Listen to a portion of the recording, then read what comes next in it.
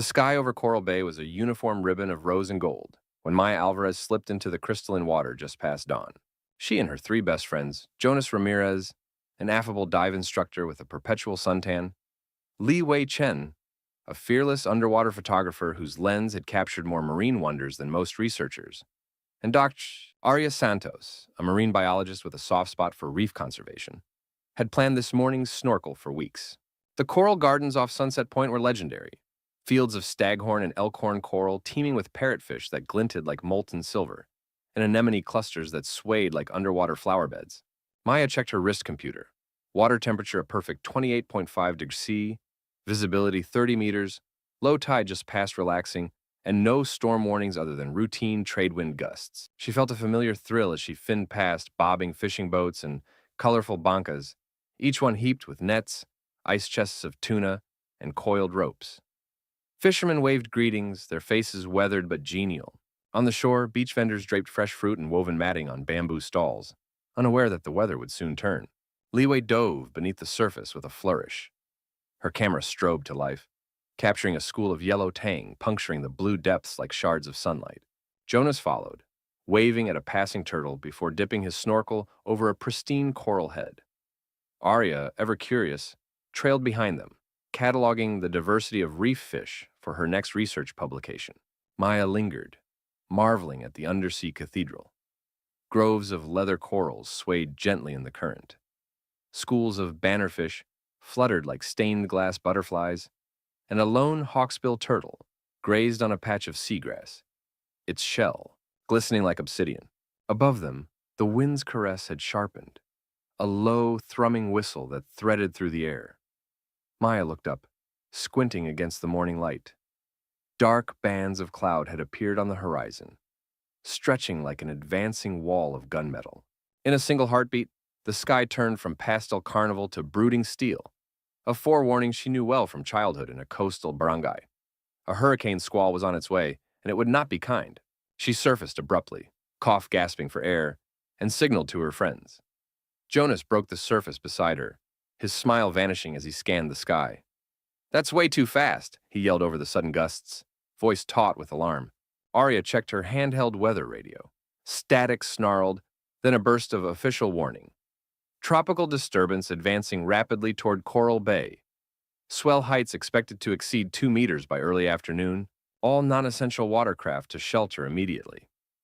Liwei, her mask steaming, rose slowly.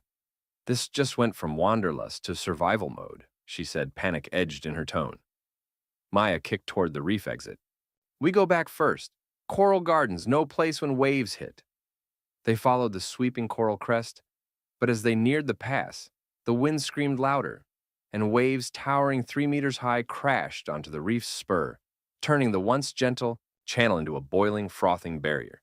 Jonas battled a sudden surge that yanked his mask off. "I can't hold it," he gasped, sliding beneath a wall of water. Maya dove, wrestling him to the leeward side of a massive bommy. Liwei and Arya found themselves tossed against coral outcrops, skins scraped and hearts hammering. For a moment, the four friends huddled against the reef's shadowy flank, the roar of the tempest overhead echoing like a freight train run amok. As Maya secured Jonas's mask, she heard something beneath the cacophony, a series of clear, melodic whistles that pierced the roar of wind and wave like silver arrows. It was a voice she recognized from her childhood visits to the mangrove edges, a bottlenose dolphin's call. Her heart stuttered. The reef's labyrinth of overhangs and coral ridges had become a death trap for casual snorkelers. The only way home was through the thrashing surf, and the dolphin's song seemed to say, "Follow me." She glanced at her friends, each face pale but resolute. "There," Maya said, pointing through the froth to a sleek gray form flashing in the troughs. An unmistakable dorsal fin. The dolphin's eyes met hers, bright with intelligence, and it leaped in a perfect arc over the embattled water, wheels of foam parting behind it. With no time to second guess, Maya signaled Jonas, Liwei, and Arya to follow. Their world had shifted from sunlit calm to a living maelstrom, and beyond it lay survival or disaster. Yet in the heart of that maelstrom, a dolphin's SOS song shimmered like a bridge through chaos, and it was the only guide they had left. None of them had been prepared for how quickly nature's beauty could twist into brutal fury.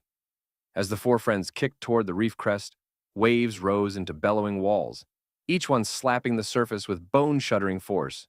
Above them, wind sheared the sky into ragged strips of cloud, spitting rain into their faces like grit. Their single blade of hope, an insistent series of whistles, rose from the dark water below, urging them onward. Maya's mask flooded. She spat out brine, fought back panic, and refocused on that luminous fin slicing through a roller's crest. With every stroke, she angled for a narrow notch in the coral, less than 2 meters wide, where the seashell white spray shimmered, but the waves folded inward, their fury momentarily sated. Jonas, beside her, signaled with clenched fist. "Go now!" She surged forward, lungs burning, arms stroking through the undulating water. A deafening breaker slammed against the coral head on her right, sending a cataract of foam toward her. She ducked beneath its lip, chest tight with adrenaline, and emerged on the lee side, into a pocket of relative calm. One by one, the others breached the channel. Li Wei, face blinking beneath scattered droplets, let out a whoop of relief. Arya's hair whipped around her as she kicked toward Maya's waiting arm. When their eyes met through frosted lenses, they shared a fleeting smile. Jonas surfaced last, spitting out a deluge of water.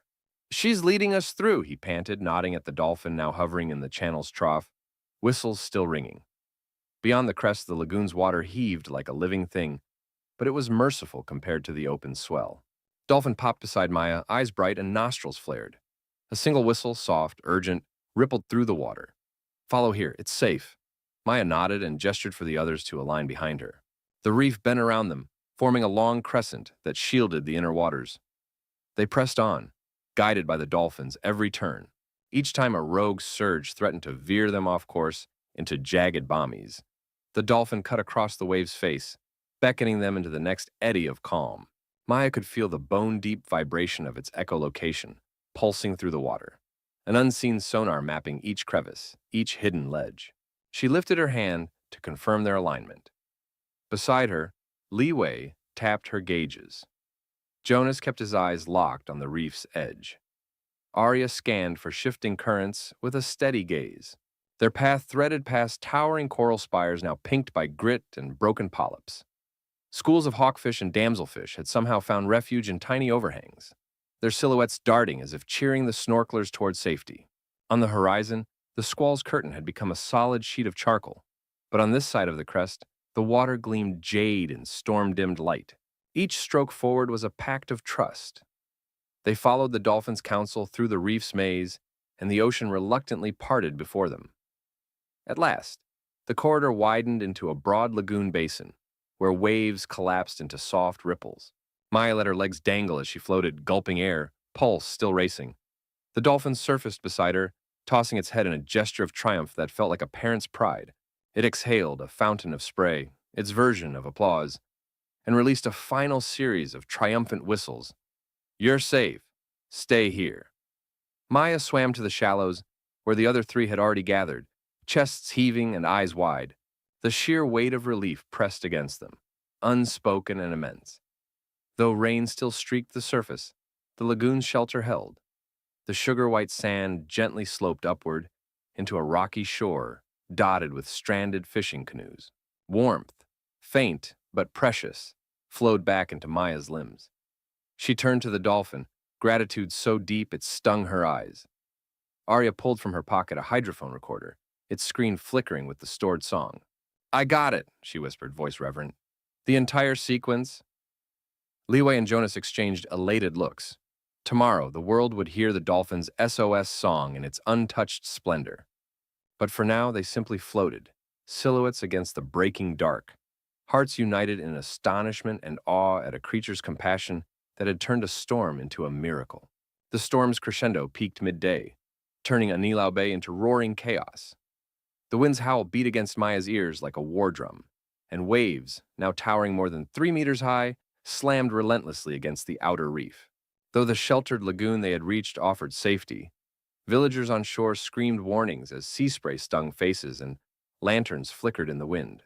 For a moment, Maya believed their ordeal had ended. But the hurricane squall had one more test in store. A sudden shift in wind direction brought the storm's energy spiraling into the lagoon, sending shockwaves through the calmer water. Waves arced over the rim of the reef into the shallow basin. The watery ramparts collapsed in on themselves, creating a maelstrom that threatened to suck everyone back into the open surge. Maya, look out! Jonas cried as a wall of water surged toward them, turning the lagoon into a roiling whirlpool.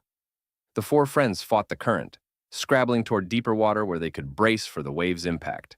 At the vortex's eye, the very center of the swirling churn, the dolphin's form appeared.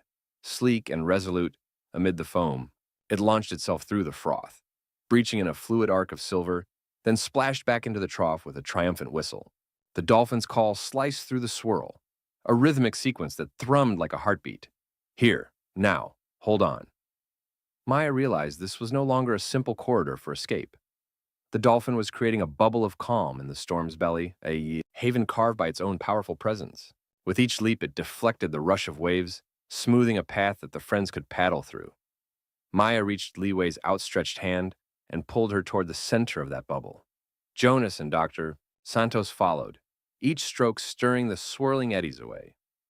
The water turned from chaotic gray to jade green beneath the dolphin's guiding fin, and even the air above, still fizzing with static, feels charged with quiet hope. Maya tightened her grip on Arya's wrist. "We can make it!" she yelled, voice caught between fear and faith. Crest after crest thundered near, but each time the dolphin met them head-on, surfacing within inches of Maya's mask. Its ancient's call, a blend of clicks and whistles, etched patterns in the water. Left, right, up. Maya followed each gesture, pivoting in the current as directed. At one point, a rogue wave slammed into Maya's side, flipping her mask and filling her snorkel with brine. She gulped, panicked. But then the dolphin surfaced directly in front, its nose nudging the mask back into place, and released a soothing whistle. "You're okay. This way." Breathing harshly, Maya resumed swimming. When at last they broke through the swirling vortex, they found themselves just behind a line of submerged bommies. The sound of the storm's roar dropped by half as they entered a second sheltered corridor, a trench carved by tides and currents, humming with the faint glow of filtered sunlight. Jonas clambered onto a shallower ledge, helping Arya out of the churning current. Liwei wiped tears from her eyes as she clutched Maya's shoulder. The dolphin surfaced beside them one last time, its breaths puffing like steam in the salty air. It emitted a final triumphant whistle, a flourish of gratitude and farewell, then dove beneath the breaking waves. Maya remained waist-deep in the gluey green water, watching its silhouette fade into the gray. It was as if the creature had taught them to breathe, to navigate, to trust. And in that trust, they had found salvation. Exhausted but determined, Maya and her friends gathered at the mouth of the second channel. The storm still raged beyond the reef, but here the water had settled into a churning but navigable path. They set off together, bodies bent against the surge, following the path the dolphin had carved, an unseen blueprint traced in the shifting currents. Maya took the lead, her arms slicing through the water, every muscle taut with effort. Each stroke felt like a negotiation with fate. A breaker could slam her into a bommy at any second. Behind her, Jonas pressed close, shielding Liwei and Arya from the worst of the waves. Maya glanced over her shoulder and saw orange reflections from Liwei's camera housing. Proof that, in this crucible of fear, art had been born. Midway through the channel, a sudden roar rent the water. A rogue wave 3 meters high rose like a living wall. Maya braced herself, but before she could dive, a clear whistle rippled through the currents, a beacon amid chaos. The dolphin had reappeared, leaping onto the wave's face, and in that single moment of grace, it guided Maya to a narrow dip where the breaker's crest peeled harmlessly over her. She burst through the froth into a pool of calmer water, gasping, then helped Liwei through the same gap. Jonas and Arya followed suit, and they found themselves on the sandbar's gentle slope, where the water lapped in turquoise pools. Maya sank to her knees, chest heaving, tears mixing with salt and rain. The dolphin breached one final time at the edge of the surf, its body slick and shining. It released a last triumphant whistle, an exultant cadence that echoed off the shallows like a choir's final chord, and slipped beneath the waves, gone as suddenly as it had appeared. Maya rose, trembling, and looked down the beach to see rescue boats and community volunteers rushing forward, their headlights cutting through the dim light. Before she was swept away to medical checkups and hot tea, Maya caught Liwei's eye, and they both nodded. The world would hear that song, and everyone would know that a wild spirit had bridged the chasm between life and death. Weeks later, Anilao Bay had righted itself in the swirl of the monsoon's retreat. The battered reef, studded with broken coral heads, had begun its slow healing, replete with new polyps and resurgent fish schools. Beach stalls reopened, fishermen hauled nets once more, and children chased drifting leaves along the shoreline.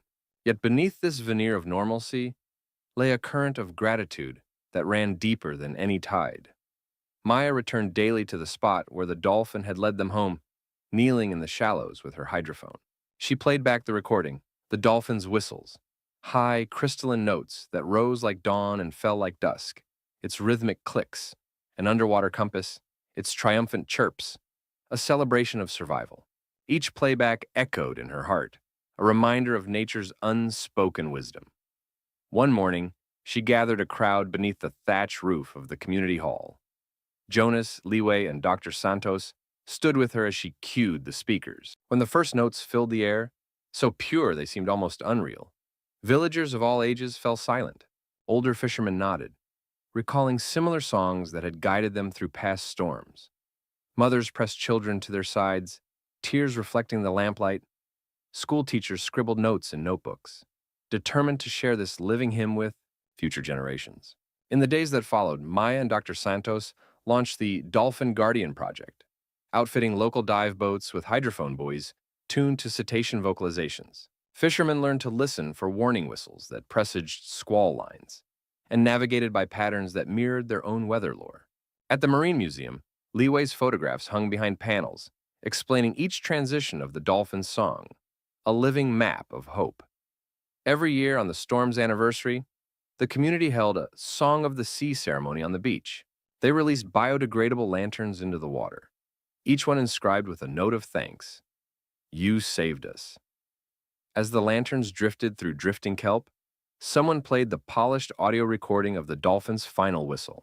In the lantern light, faces glowed with awe, and children sang the melody back in hesitant imitation. Maya watched from the shoreline, her gaze fixed on the ripple where the dolphin had last surfaced.